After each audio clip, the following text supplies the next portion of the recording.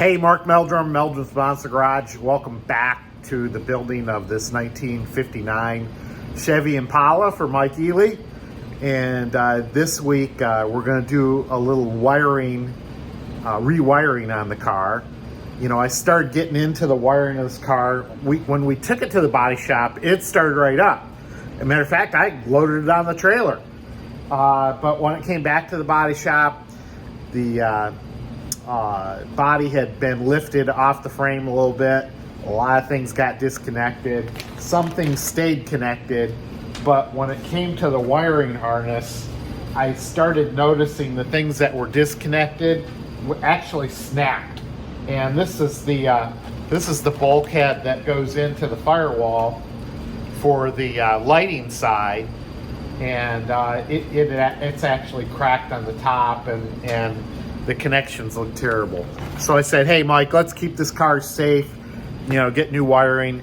You know, with 50-year-old wiring, you got cracked wires, and it's just a bad news. So we got two wiring harnesses on from American Auto Wire, okay? These guys are great, I tell you. They make exact reproductions of what you need. Sometimes the connectors are a little bit different color, and we've dealt with that on the 70 Chevelle when we went ahead and changed out a few of the connectors to the right original factory color. But this one it's a plug and play. So you know, everything's brand new. Just plug it in. This car has two wiring harnesses. The forward lighting harness takes care of all the lights and the voltage regulator up here on the core support. And then you've got the engine wiring harness that takes care of the starter and a few of the things for starting up the car. So on the right side, it's a little bit different than Chevelle's. You know, on Chevelle's, everything is right there. On the driver's side, there's usually two plugs that mate together, like on the 70 Chevelle, and you plug it in. But on this car, they actually have the wiring connector on this side, and then one towards the center of the car, more towards the heater box, to connect up for the starting of the car. So anyway, I'll try to show you some close-ups of what I'm doing, but this is going to be pretty easy because I'm just going to disconnect the wires and slowly change them over to the new stuff. Okay, here we go. All right, so there's what the bulk connector looks like at the firewall. And as we come forward, hooking up to the generator here, you can see that it's so brittle that it snapped off right in the middle on that lug. And then the other thing I was talking about here is, see that busted off when the top of this busted off when I was trying to take the plug off, so it was just so brittle. But yeah, we got a voltage regulator I got hanging down low there to get reconnected, and just a little bunch of cleaning up stuff. So I had taken off the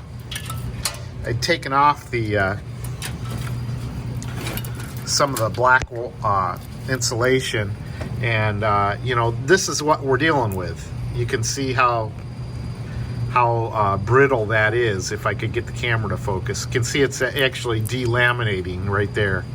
So it'll be nice to get that all cleaned up. You might hear Patrick out there washing. You got the power washer going on. But the other thing we finished up here was the forward lighting harness. So kind of tricky, but boy, I'm glad we got new wires here. So these wires go to the directional signal on the headlights, and they pop through the firewall there. It's these older wiring harnesses. Man, they're hard to push through and get them to stick. You basically got to push them, pound them through, because that rubber is not pliable anymore after 60 years. But coming around here, I know it's hard to see, but got the voltage regulator and whatnot hooked up, got the generator hooked back up. So I just disconnected one wire at a time and replaced it with you know, the generator or with whatever wire was on the old harness. And it's really nice connection there now. So I'm happy with that. I've got the engine starting harness there. So of course we got the battery and then the two plugs there for this side. And then on this side we've got a couple horns. I don't know where the horns are, but they get mounted right here, right next to Chicky. All right, we'll keep going. Hope you're enjoying this. Hey, Mark Meldrum, Meldrum's Bonds Garage. Welcome to Monday. And it's a beautiful day here in Northeast Ohio. It is 70, it's gonna be 74 degrees. It's about 62 right now. Got the garage door open, and Mike's already been out here and took off already, but I'm working on the 59 Impala. My main goal is to get the new wiring harness hooked up today. But what I found out along the way, as I'm getting under the car and inside the engine compartment, the painter had lifted the body off of the frame, and one of the issues I've had is the emergency brake wasn't hooked up. So I'm gonna show you a little bit of that. And all the clutch linkage is not hooked up. So, or the clutch is hooked up, I got that hooked up, but the linkage for the transmission's not hooked up. So I've got the Chevrolet 1959-1960 service manual out, shop manual, and it's kind of comical. I'm reading about the manual transmission, on how to hook it up. So let me read you an excerpt out of this book on this fine Monday morning. So I'm in the manual transmission section 12, 3-speed and overdrive transmission. No changes affecting service procedures have been made to the basic 3-speed and overdrive transmission. New control linkage, figure 1, incorporating an idler level in the second and third shift rod system is used. All adjustments remain the same as for 1958. So I go on, and it jumps right into the 4-speed transmission, the overdrive transmission. So it says, no change has been made for 1958. Well, I don't have a 1958 service manual.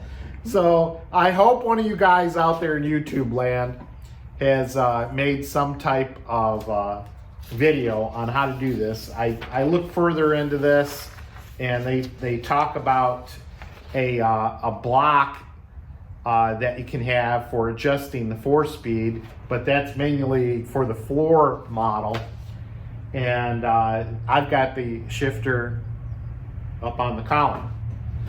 So I'm going to continue on with trying to get the wiring hooked up here. I'm down underneath the car right now at the starter.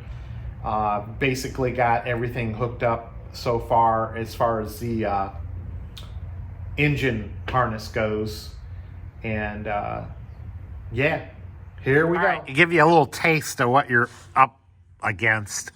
So hooking up the starter right here, you got the exhaust pipe to deal with. So if I had to drop the starter out, which I might have to do, they suspect there may be a starter problem, and I'm not looking forward to that. Hopefully it'll be able to squeeze in between the exhaust pipe and the oil pan here, and got different configuration than on the Chevelle with the bolts.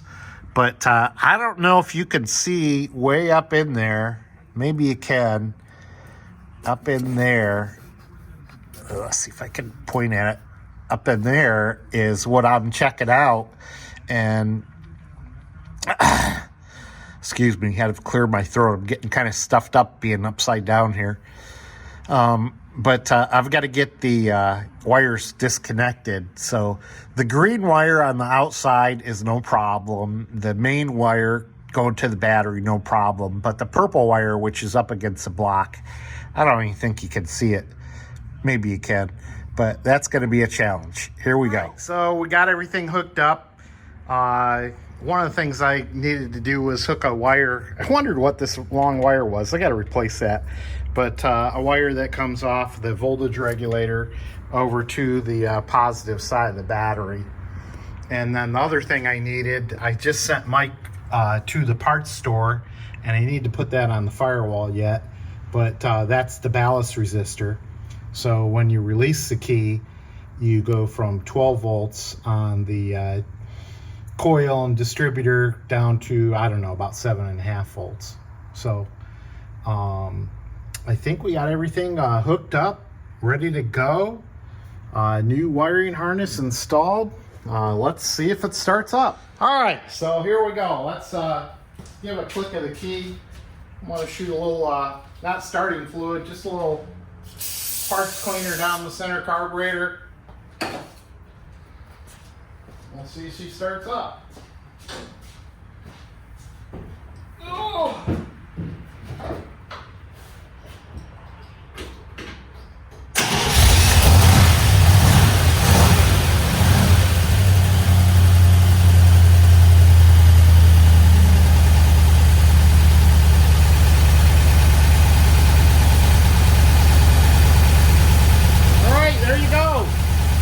She's running after 65 or so years ago.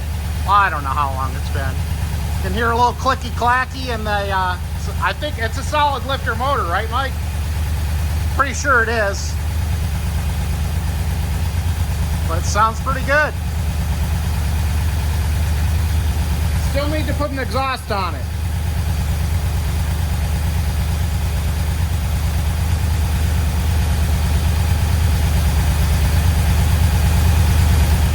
Boy, it's a lot of fun when you get the car running again and you can hear it. We had heard from the painter that it stopped running while it was over there, so we weren't sure what was going on. So I thought it was a good idea to replace all the wiring harnesses in the engine compartment, and that turned out to be really good. We got the car started up, and of course now we got some lights going into the car. So we got the lights going on and off. And we got the blinkers working, tail lights working, so that's a sense of accomplishment. Now I went to turn the windshield wiper on, and the switch felt awfully funny. And I stuck my hand underneath the dash, and the switch just basically disintegrated in my hands. So I ordered another windshield wiper switch, and hopefully we won't have any windshield wiper motor problems when we get the electrical hooked up to that. So once again, we're going to focus on stainless steel trim maybe this week, and hopefully we can get the interior going on this car. I've got side glass window. Oh, there's just a list of endless things to do. But like I said, it's always great when you get the engine started and you can kind of hear, hey, that's what we're after.